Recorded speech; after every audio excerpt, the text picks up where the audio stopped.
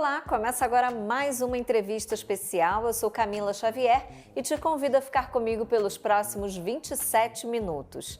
Nossa convidada de hoje é a Miriam Generoso. Ela é coordenadora do coletivo Mulheres Independentes da Providência. E nós vamos falar hoje sobre empreendedorismo feminino na favela e o projeto de capacitação para mulheres Morro da Providência. Seja muito bem-vinda, Miriam. Prazer falar com você. Prazer, eu que agradeço o convite. Eu acho que é sempre muito importante, né, a gente falar sobre o trabalho que a gente tem feito dentro das comunidades, dentro dos territórios favela. E para mim é um prazer estar aqui compartilhando um pouquinho dessas vivências e experiências. Que bom, Miriam. Então, para a gente começar, me fala um pouquinho sobre esse projeto de capacitação para mulheres, como ele surgiu e quais áreas ele abrange. Então, o coletivo ele surgiu em 2018 com a relação de atender as mães dos alunos que frequentam a Casa Amarela. Então, a Casa Amarela, ela desde o seu início, ela tem atividades voltadas para as crianças.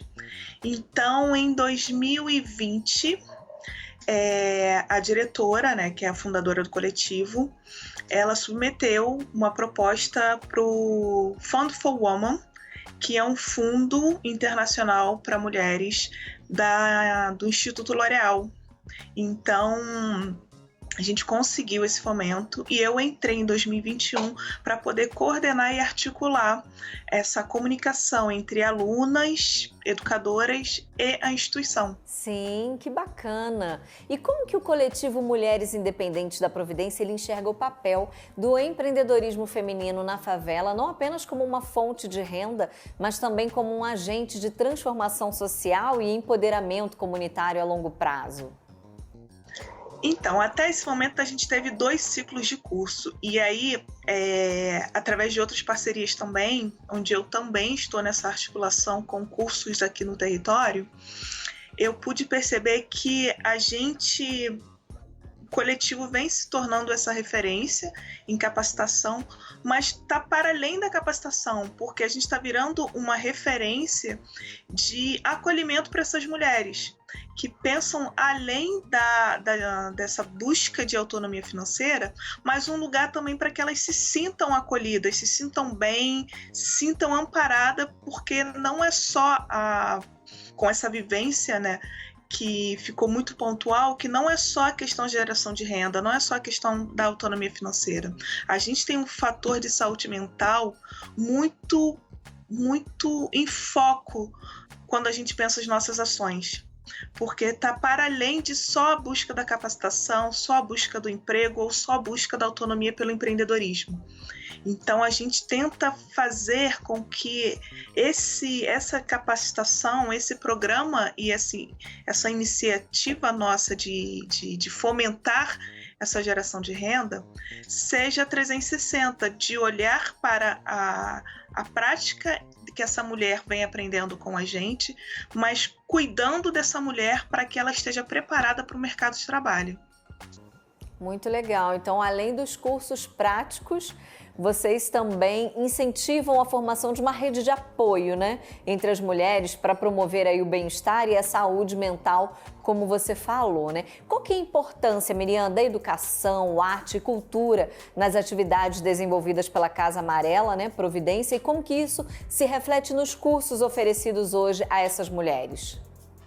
Então, hoje o MIP está atuando nessas 2 frentes, tanto do empreendedorismo, que é um programa que nós estamos buscando parceiro para ampliar, para que a gente consiga, para as mulheres que queiram empreender, já sair com sua própria marca, sair não só aprendendo o ofício, com a capacitação, mas entendendo como criar o seu próprio plano de negócios e já sair daqui com o mínimo de incentivo de marketing digital que é necessário, principalmente entendendo que hoje o consumo pelas redes sociais é o cartão de visita do trabalho que elas fazem, mas a gente também atua com o eixo de formação educativa, que aí é onde a gente consegue trabalhar melhor essa parte dessa educação não formal, de letramento racial, letramento em gênero, interseccionalidades. Então, a gente consegue conciliar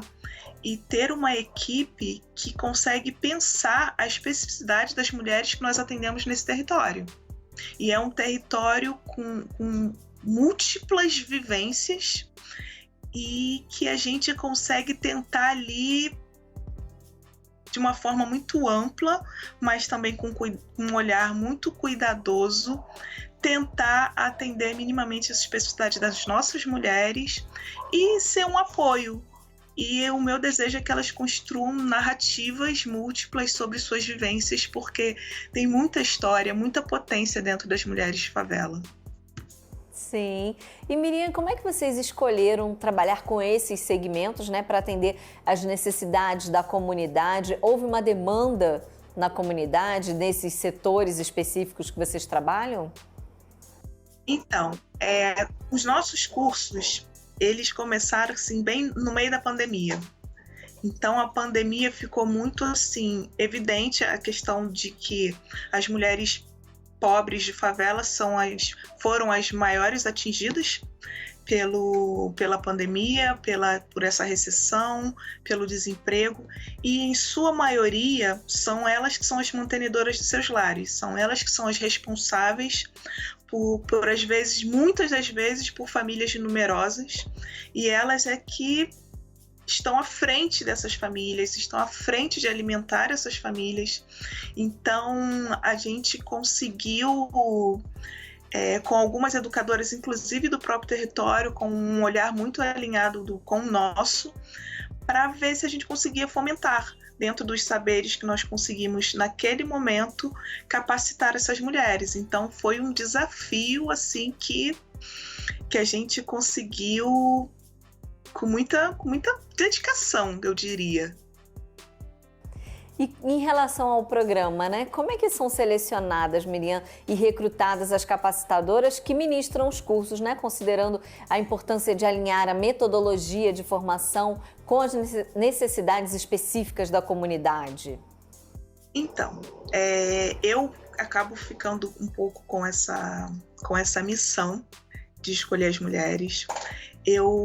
Como eu estou atuando no campo também, para além da coordenação e articulação com todo esse time, eu ouço muito o que as mulheres anseiam.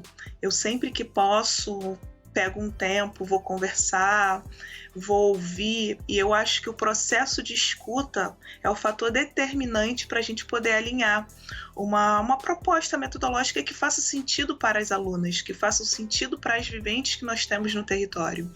Então, eu diria que a premissa de tudo é uma escuta que eu tento fazer da forma mais afetiva, da forma mais atenta para dessas mulheres, e depois disso eu começo essa seleção das educadoras, das capacitadoras. Nesse último ciclo, eu acho que 90% das mulheres eram mulheres negras, eram mulheres também que já atuam ou moram em outras comunidades, então isso facilita muito a didática que elas vão utilizar para as nossas alunas, porque isso também foi um fator de que nós te encontramos, porque uma coisa que eu aprendi com a minha própria vivência, quando eu tentei, inclusive, trazer uma atividade, é que não adianta levar nada pronto. A gente tem que construir. Então, ter mulheres em situações similares, a gente consegue desenvolver uma didática, uma metodologia que seja muito mais aproximada das realidades que nós temos dentro dessas mulheres do território. Então, a maioria são mulheres negras, são mulheres que já estão atuando, são mulheres brilhantes dentro dessas atuações. Então, eu acho que à medida em que a gente vai avançando em todo esse processo, vai ficando cada vez mais evidente o quanto a gente vem trabalhando com a perspectiva de um olhar afetivo territorial, que é uma das premissas que eu acho mais importante quando a gente fala em favela, em comunidade. Sim, com certeza. E ouvir a demanda, a real necessidade é, sem dúvida, a opção mais assertiva mesmo, com certeza. E, Miriam, o programa ele destaca também a inclusão digital, né, como parte fundamental. Como é que essa inclusão ela contribui para o fortalecimento das empreendedoras na comunidade, especialmente em um contexto cada vez mais digital? Então, isso é que eu acredito que vai ser o maior desafio, principalmente para esse novo período em que a gente vai implementar isso de uma forma muito mais massiva, porque uma das demandas que a gente observou é que dentro das mulheres em que nós atendemos, muitas utilizam a rede social mais para aquela questão de o uso pessoal. E aí a gente quer mudar esse paradigma para que elas entendam que é uma ferramenta profissional e é uma ferramenta de cartão de visita em que elas vão apresentar o trabalho delas. Então vai ser toda uma mudança de cultura para sair do pessoal para o profissional, entendendo que hoje é a maior ferramenta de trabalho que elas podem utilizar. Muito legal, Miriam. Esse projeto é bem bacana e a gente ainda tem muito assunto para falar sobre ele, mas vou pedir uma pausa rapidinho. Não saia daí, por favor, porque a gente vai para um rápido intervalo. Você também não saia daí, que a gente já volta.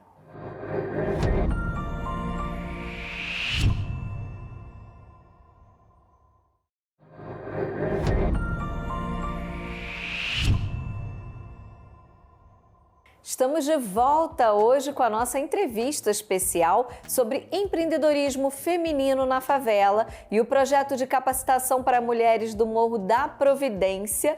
Quem está conversando com a gente hoje é a Miriam Generoso, que é a coordenadora do coletivo Mulheres Independentes da Providência.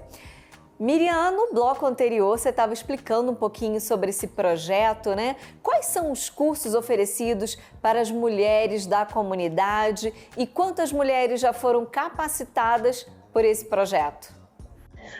O primeiro ciclo nós formamos 63 mulheres e agora no segundo nós formamos, se eu não me engano, 67 mulheres aqui da comunidade. Então, nós conseguimos recentemente um fomento para que a gente consiga propor, né, para essas mulheres mais 3 ciclos de capacitação. Então, a gente quer aumentar essa quantidade, até porque muitas outras mulheres estão nos procurando, mulheres de outras comunidades, para os nossos cursos. Então, eu fico muito feliz com essa procura e com esse estímulo que as mulheres estão procurando se profissionalizar, se capacitar, se reinventar dentro de novas profissões, porque eu ouço muito desses relatos de aprender uma ferramenta nova e é o que eu espero agora para os próximos ciclos. Muito legal, Miriam. E considerando o contexto social e econômico da comunidade, como que o coletivo Mulheres Independentes da Providência ele pretende garantir a igualdade por meio da autonomia financeira dessas mulheres, né, envolvidas nos programas de capacitação? Então, a gente tem feito nessas aulas teóricas, juntamente com a prática, letramento racial, construção de narrativa, construção desse sentido do quanto precisamos nos pertencer a esse território e o quanto esse território nos pertence também, porque é um todo. Então, entender que uma mulher que faz o nosso curso, ela está se capacitando, ela consegue acesso à empregabilidade, ela consegue movimentar outras mulheres dentro dessa própria comunidade, dentro desse próprio território. Então, é potencializar. Sim, muito bom, Miriam. E em relação à alfabetização e esse acompanhamento psicológico, né, oferecido no segundo ciclo, como que essas iniciativas, elas complementam os cursos de empreendedorismo, contribuindo para a formação integral dessas mulheres? Já no primeiro ciclo, além da demanda que foi assim, no período de inscrição mesmo, eu já identifiquei, era a baixa escolaridade em alguns casos e relatos de mulheres que nunca estudaram porque precisavam trabalhar para sustentar suas famílias, e isso foram impactantes, assim, no sentido de que eu ouvi perguntas relativas a: se eu não souber ler nem escrever, eu não posso participar do curso porque eu quero aprender. Então, a vontade, a necessidade de aprender, de entender que é capaz de fazer esse ofício, era muito maior do que a barreira de não saber ler nem escrever, de não estar letrada. Então, isso já ficou muito latente dentro dessa primeira etapa, né? Que foi essa... Porque eu sempre digo que a etapa de inscrição, que eu sempre procuro fazer presencial, é o meu momento de escuta. É o momento em que eu vou conseguir, por meio desses dados, alinhar as estratégias para quando começar o curso, eu já ter um mínimo de panorama dos desafios que a gente vai enfrentar. Então, a alfabetização foi uma delas, e como a gente ainda estava nesse período de pandemia, a depressão e ansiedade que gerou dentro desse período. Então, 2 estratégias para a gente começar esse primeiro ciclo foi ter o apoio psicológico, e aí nós conseguimos uma parceria de uma universidade para poder ter uma pessoa acompanhando os cursos, fazendo umas atividades específicas para a gente começar a desenhar um apoio psicológico para essas mulheres, porque também tem o outro desafio, né, que é as mulheres entenderem que precisa de ajuda, porque não é fácil romper essa cultura de que a gente não precisa de psicólogo, de que nós não estamos loucas. Porque isso eu ouvi muitas vezes também, quando eu ofereci a pessoa para uma escuta mais individual. De que eu não preciso porque eu não sou louca. Mas nas conversas eu já identificava esses indícios do quanto a pandemia impactou a saúde mental dessas mulheres.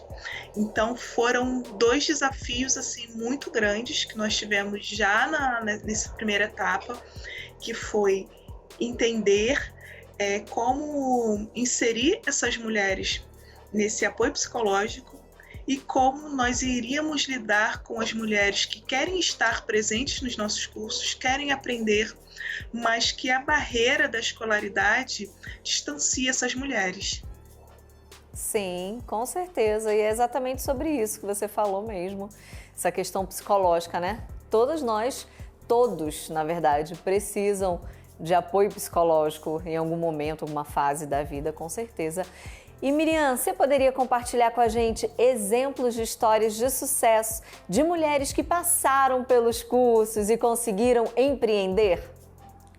Olha, essa é a parte que mais me toca, assim, sabe, pessoalmente, porque eu acabei criando uma relação de proximidade com as mulheres, seja por estar aqui no território, seja por vivenciar esse cotidiano. Então eu sempre digo para as educadoras que eu acabo atrapalhando um pouco as aulas, porque às vezes eu preciso ter nem que seja 10 minutos para estar ali nas aulas, observando, entendendo como é que aquela turma está funcionando. E aí nesse cotidiano a gente vai compartilhando muitas coisas. Então são 2 anos e meio de muita história. E só que hoje eu tive uma recente que eu fiquei muito feliz, de que foi uma aluna que ela fez um dos nossos cursos.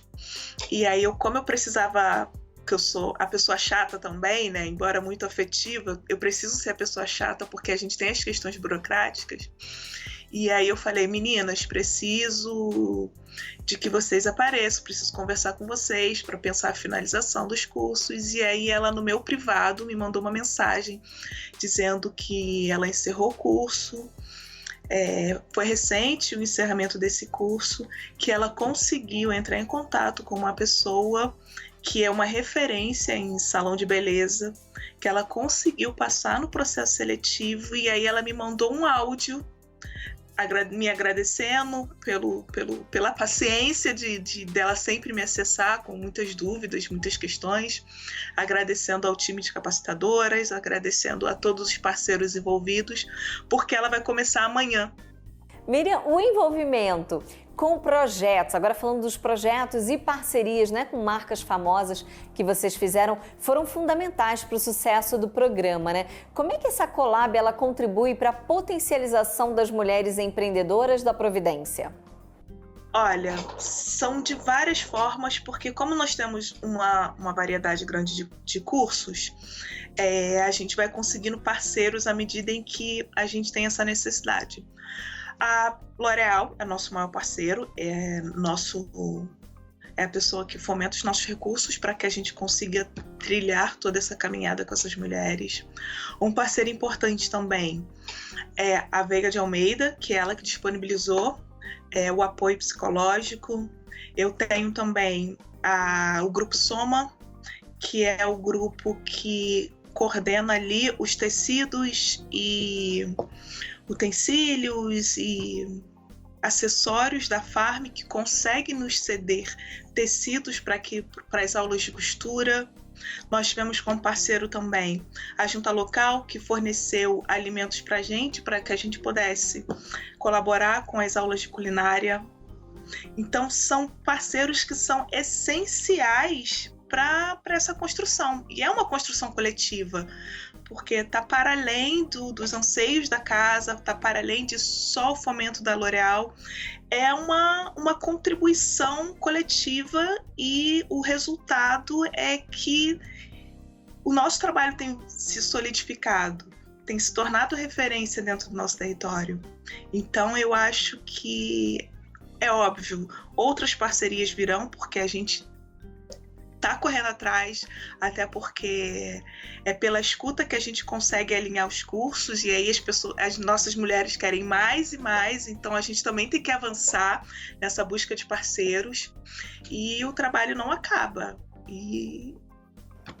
Com certeza, não acaba mesmo. E eu quero saber, com os resultados positivos do programa Mulheres Independentes da Providência, como é que você planeja expandir as atividades para continuar influenciando positivamente a vida das mulheres na comunidade?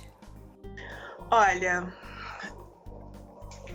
eu gostaria muito de ter não só essa colaboração toda com o parceiro, mas de ter colaboração de recurso humano, de mais mulheres que possam chegar mais, para que a gente possa ter mais trocas e continuar avançando.